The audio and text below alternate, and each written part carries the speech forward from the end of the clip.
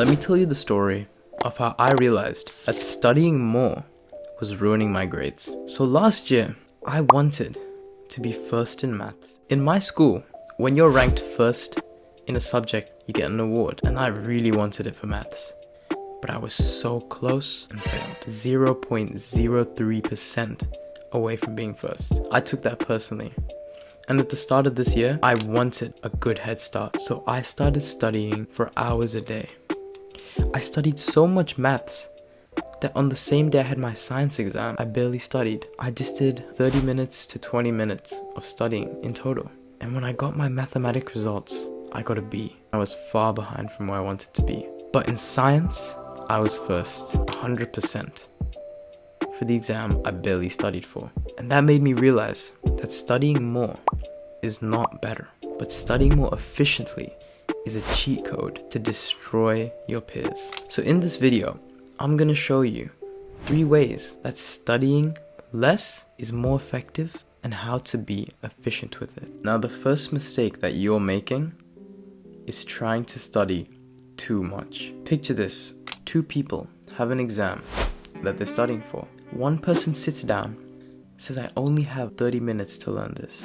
The other person says, I have to study for 2 hours. Now the second person is gonna put a timer on, do the work for a bit, and lose focus. They're gonna think about when their time is ending, and they're gonna find it dreadful.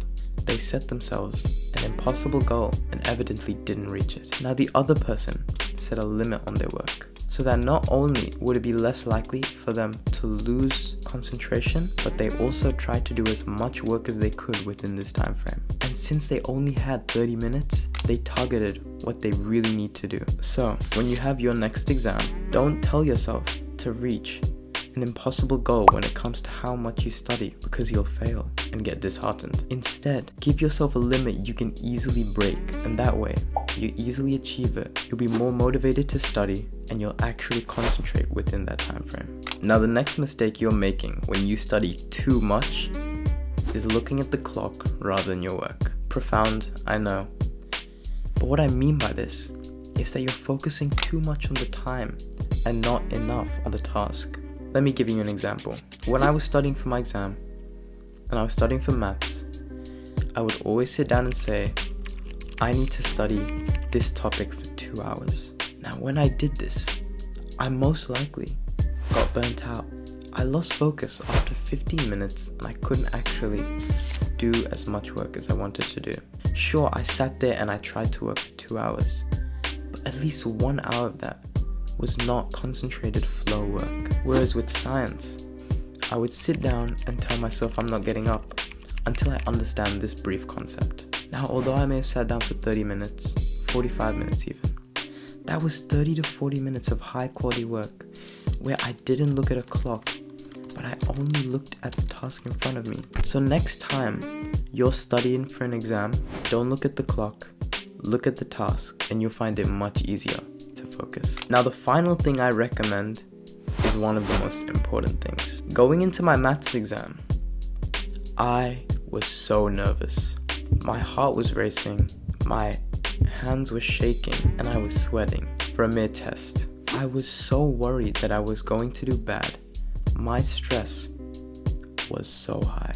Whereas in the science exam, it didn't matter what mark I got, because I knew that I knew most of the content and I didn't actually care about my mark. So going into the maths exam, I made so many silly mistakes and forgot so much. Whereas in the science exam, I remembered everything perfectly and I didn't make a single silly mistake. I was in full concentration the entire exam. The only difference between these 2 exams is that walking into the maths exam, I was stressed, and for the science exam, I wasn't. So evidently, no matter how much studying you do, if you're stressed, you're not going to do well. Now there are a couple things that you can do to lower your stress.